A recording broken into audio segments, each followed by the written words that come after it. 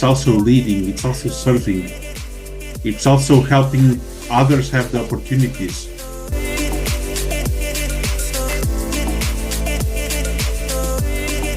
Well, dear listeners, hello again. It's Toastmaster Bussy, Coach Bussy on Toast Talks, and today I have the amazing, the great, I have the honor of having DTM Samento as our guest on Toast Talks with Coach Bussy. DTM Samento, welcome. How are you? Thank you, Busi. I'm awesome. It's a pleasure and an honor to be here with you and our audience. So I couldn't be better. Ah, amazing. Again, dear listeners, one of those one-time asks. DTM Samento, would you be a guest on Toast Talks? And the answer was a resounding yes. Give me the date, give me the time. When I tell you Toastmasters, we support each other and we love what we do. I am not kidding. Now, my guest today, our guest, dear listeners, is a three-time DTM. By now, you know what DTM means, even if you're a Toastmaster who joined yesterday. But I'm going to let my guest, our guest, tell us a little bit about his DTM walk, starting with how he came to be a Toastmaster. First of all, over to you, DTM Samento. Well, I've been a Toastmaster for 12 years now. It all started when I lived abroad, and I saw a friend who I knew from college days who posted back then. Facebook was the big social media. She posted a Mhm. video of herself doing, I don't know if it was like the content communicator speech number 5 or 6, but I was amazed by the video. And I was like, this isn't the same person I met during college. So what did I do? I found out more about Toastmasters. And next week, I decided to attend a meeting. I didn't warn her at all. I just popped in just to what's this thing? Is it like, this is like a religion? Is it like a self-hate group? Is it like, I don't know, multiple explanations popped in my mind, but I was curious Mm. enough because I seen the change. I seen the impact. So fast tracking a bit, I joined, and it was like one of the best decisions I ever took because it impacted me a lot, profoundly. I can say that when I was a kid, I used to stutter a bit. I had a hard Oh. time communicating. And for me, this was very stressful. Mm. I wish I knew Toastmasters before then, but like in I know that Toastmasters don't allow when you're pre-18, but yeah, I wanted to know Toastmasters when I was definitely younger, Oh. and it would have helped me and saved me a lot of headaches, a lot of trouble. Mm. But I decided to join, and this helped me to live up to my potential, to showcase my skills, to overcome some difficulties, and to also have new opportunities. Uh, my background is technical, so you might imagine that technical people just deal with zeros and ones, technical stuff. True. So, and there's all this lingo and like that very universal communication to every target, to every audience, sometimes doesn't match with technical people.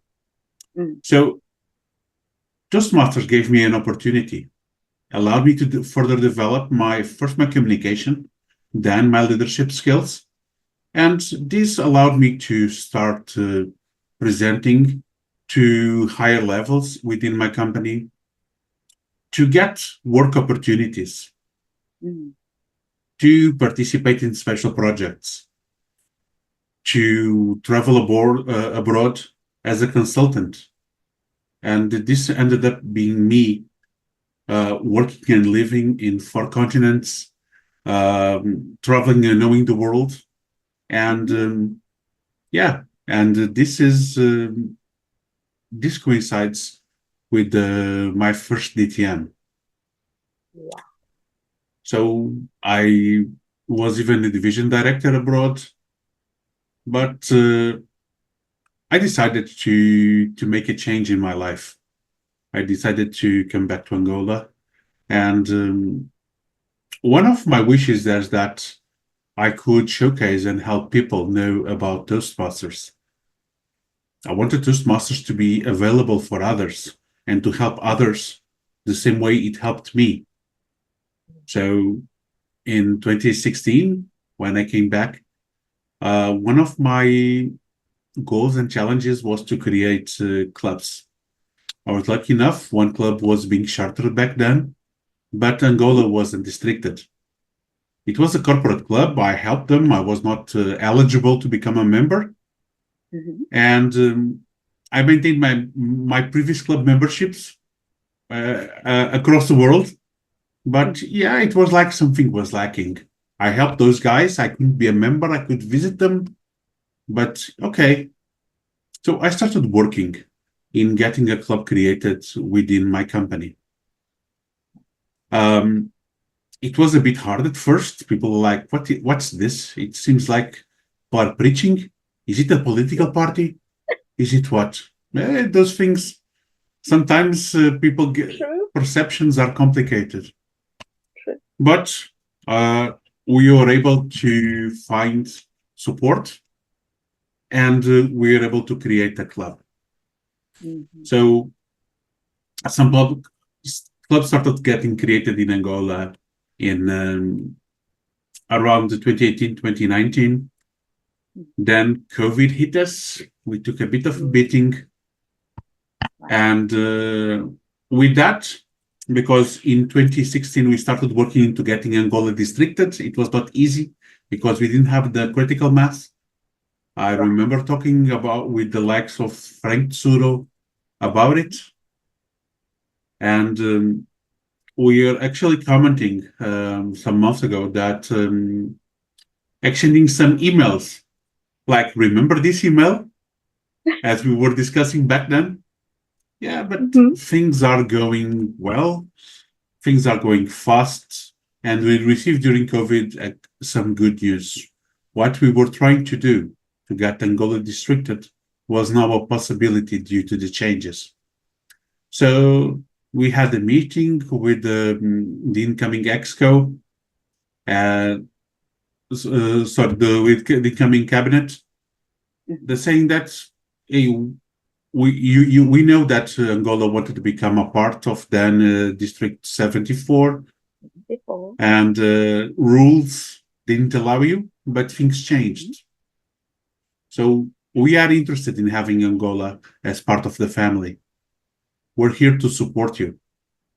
And that's one of the things that caught the attention of people back home, is that Mm-hmm. we're here to support you. And that resonated. And that was very, very true. So Yeah. back then we were 2 clubs. Mm-hmm. Now uh, we are on the verge of having we have 6, on the verge of having 7 clubs in Angola. Wow. We've been creating clubs, consolidating. Mm-hmm. We are now 2 areas, and although with the craziness about things like increased use, exchange rates, the growth has been steady. People, companies, and our community has been seeing value in this because it changes lives. Right. No, that it does. And allow me to hold you there for a minute because that is a lot that has been happening.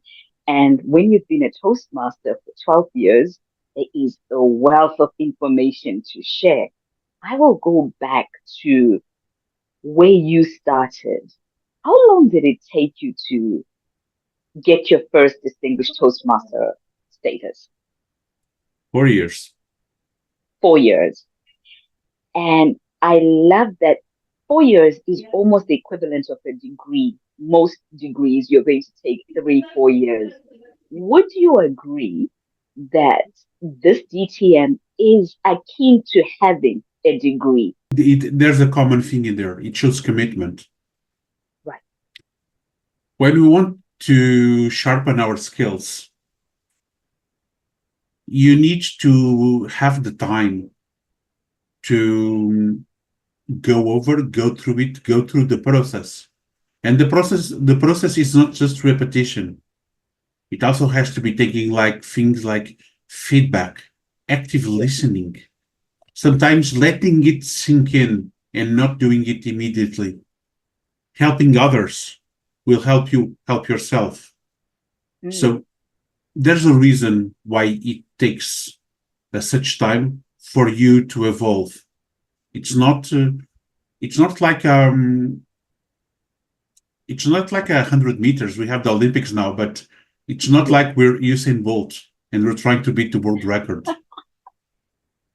It's much more like a marathon where you need to pace yourself.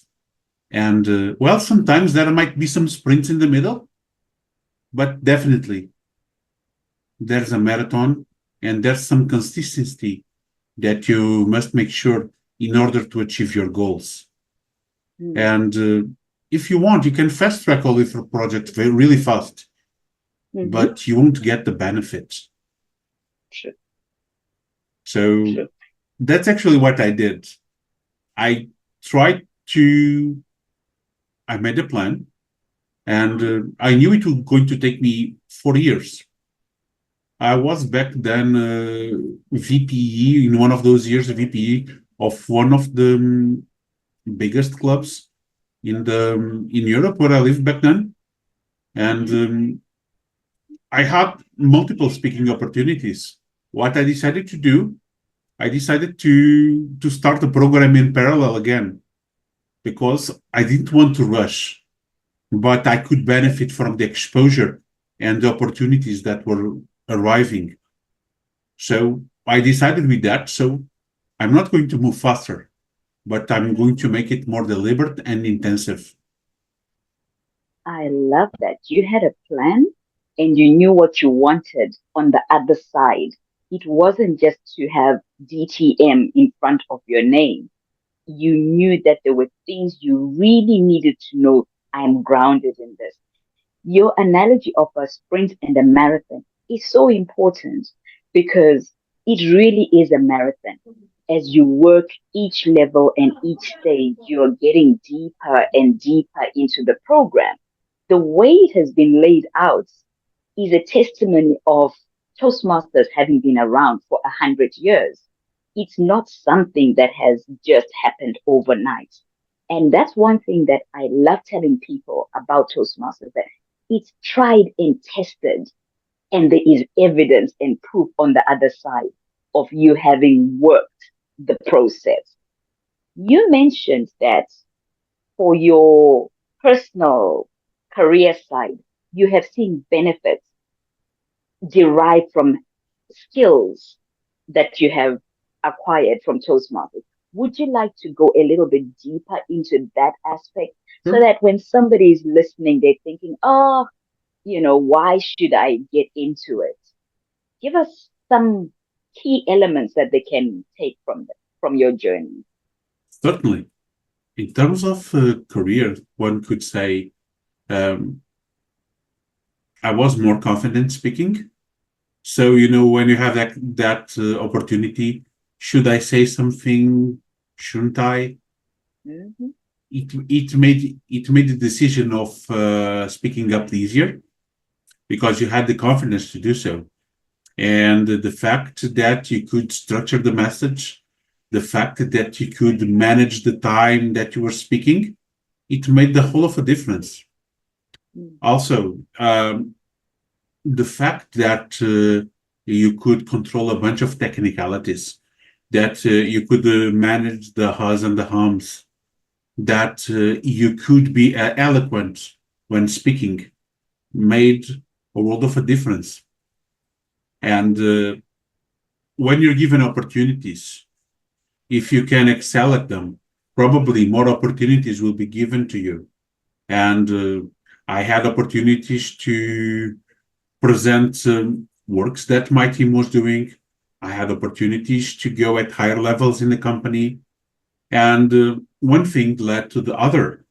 So if you start having this sort of exposure and these opportunities, it can also make your image more solid, more congruent, and people could see you as a valid asset and someone who they trust to get the job done. Because we're really talking about getting the job done and then communicating things properly. So this led to this opportunity of making important presentations.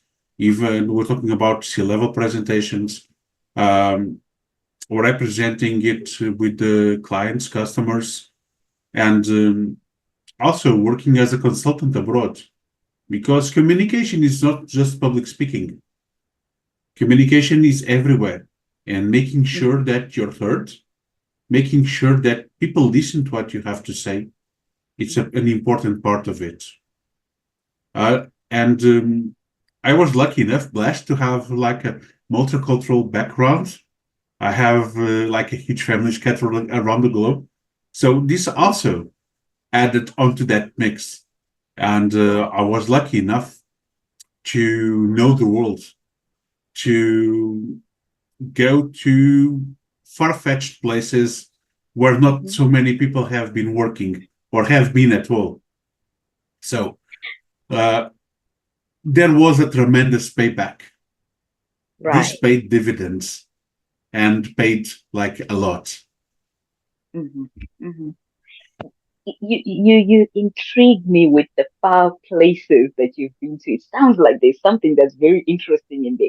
Which one of those countries have you been to that you were like, I'll give you an easy one. Do you know shoot? where East Timor is? Between Indonesia and Australia. That's an easy one. I'll give you another easy one, but that one is not that far-fetched. It's very close to us. I also lived and worked in Namibia. That is it. Okay. All right. So opportunities were easier for you to grab hold of, navigate around them because of the confidence, because of the eloquent speaking, because of a whole lot of skills, including leadership skills that you get in Toastmasters.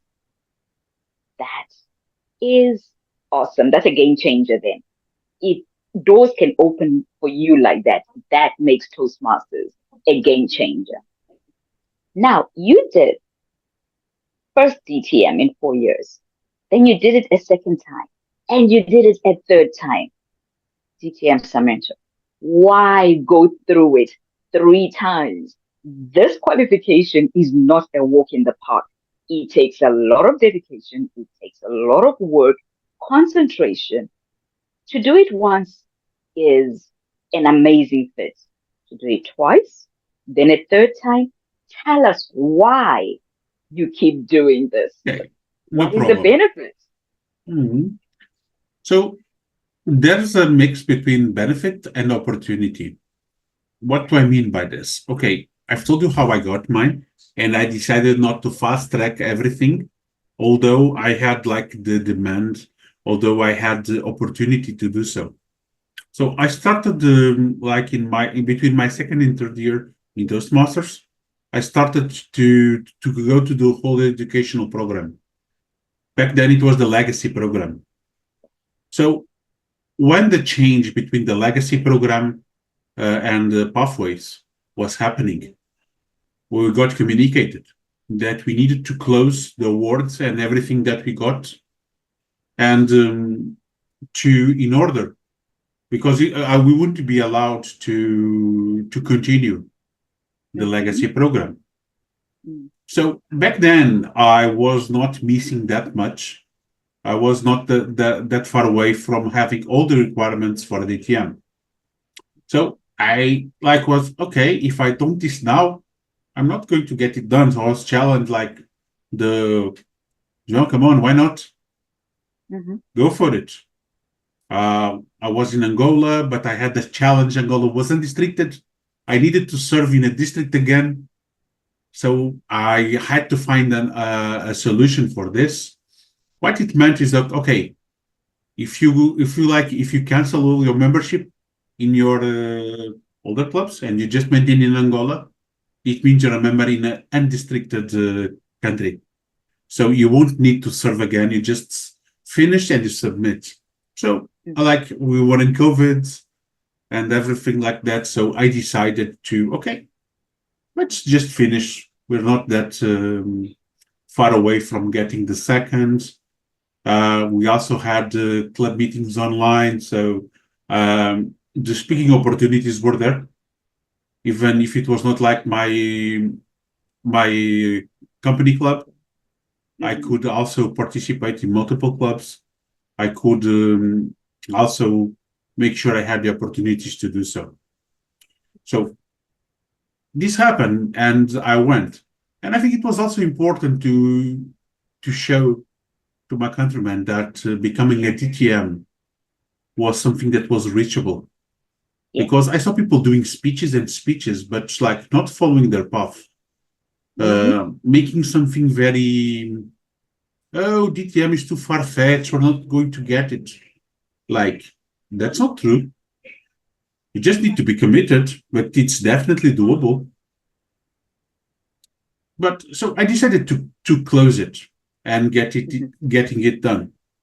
So that's why I did it. It took me probably just, I don't know, between 1 to 2 years more. Again, I had done a big chunk of what it took when I was abroad. So I just had to do the rest. And I didn't have, on my second one, it was still in the legacy program. I didn't have to do the district officer part. So yeah, that's the second one I did. And I think it proved beneficial because people start to think, okay, maybe this is doable. It's possible. Impossible is nothing. There's the brand that says that a lot. Yes. I love that. DTM number 3. Pathways. I haven't done it. Okay. I decided to go for it, and do it. So I started serving. I also had then the opportunity. I decided to run for area director to serve again. So okay, let's see. I can become a district officer. I was starting to have the speeches done, the projects done. So it made sense. I helped create clubs and I had all those requirements as well. So yeah, it started happening, but it was more like a natural process. And nowadays, the fact that I'm a member of multiple clubs and I try my best to attend to my clubs and to be definitely an active member. It also says that sometimes I have a very big demand for speaking, and also if I need like to get a speech done, I can probably find an opportunity, a spot to do so. Much easier with the many clubs. Yes. Yeah, and it was. I think it was most of all going for the third one. It was like making it in pathways. But what I did in my second one is like helping my countrymen see that there's a way to become a DTM. It's just not doing the speeches. It's also leading. It's also serving. It's also helping others have the opportunities. It's also making a difference and making our community grow. And I think this was successful as Angola started with an area shared with Mozambique clubs. Mhm. It moved on to an area of its own. And now it's two areas. We have now a division shared with Mozambique. And yeah, I think it has been a hell of a growth. And I think it's been a fantastic journey.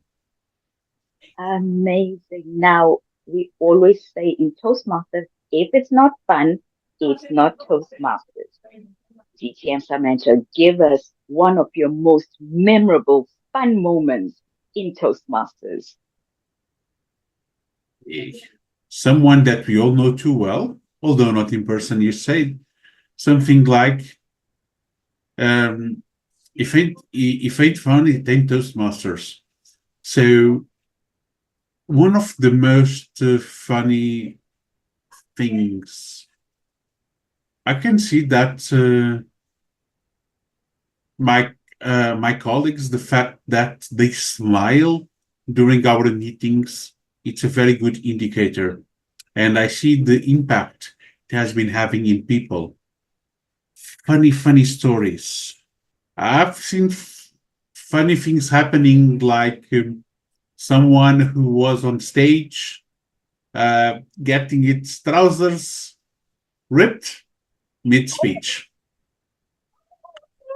and the person finished the speech. Mm-hmm. You know, people sometimes exaggerate a bit on their slim fit clothes. Yeah, in this case, the the person tried to move too much, and it happened. But Oops. it was a fantastic speech. So I think it's one of the. I shall not name the person, We do but not want the person named. if the person listens to this, it's you. Oh my goodness. You see, you said that just like a Toastmaster. We had something go wrong, and then you went ahead and said it was a fantastic speech. There's always something positive that comes out of a Indeed. Toastmaster's mouth. DTM Samantha, thank you so much for your time. I don't even understand how the time has already flown. We are way over our time, but I am so grateful. Before I let you leave this virtual stage, would you speak to somebody who is wondering, should I join Toastmasters? Should I not? Give them a 2 minute motivational speech, if you would.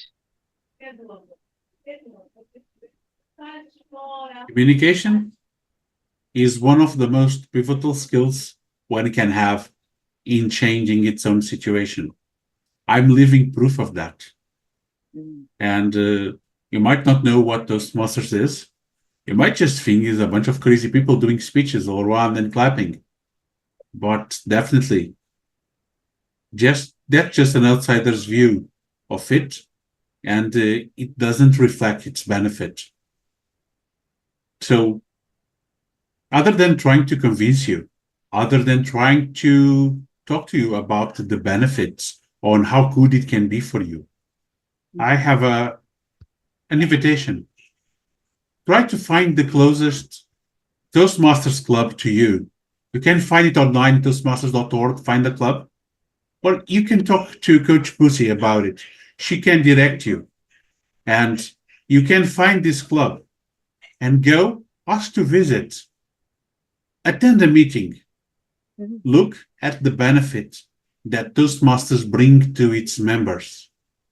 And again, it doesn't matter where you are because you're not comparing yourself to none others. You're just looking at the person you used to be and to the person you are now, envisioning the person that you will become. Wow. So take the step.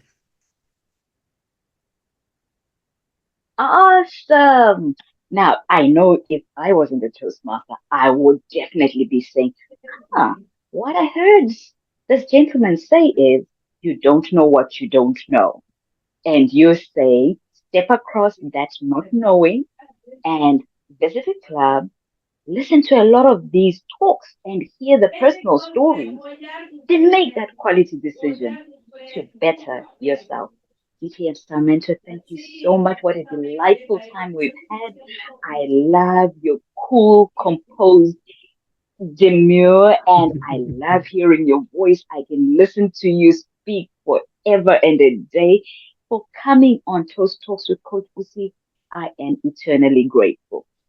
One thing that I know as well, if I need to ever visit Angola, it's going to be one call. And I know that I will have somebody I know, like, and trust pick me up at the airport and make sure that I'm okay, which is another benefit of Toastmasters. You just have this supportive family around you. You never walk alone when you're a Toastmaster. Indeed. Thank you for your time today. And I know we'll be meeting in a lot of other meetings as we stay the course in this Toastmaster world. Thank you for your time and have an amazing day. Thank Dear you, Coach Boozy. Thank Toastmasters, you all. awesome. We will see you in the next episode of Toast Talks with Coach Busi with another great guest. You never know who comes to this virtual podium, and they're always amazing. Over and out.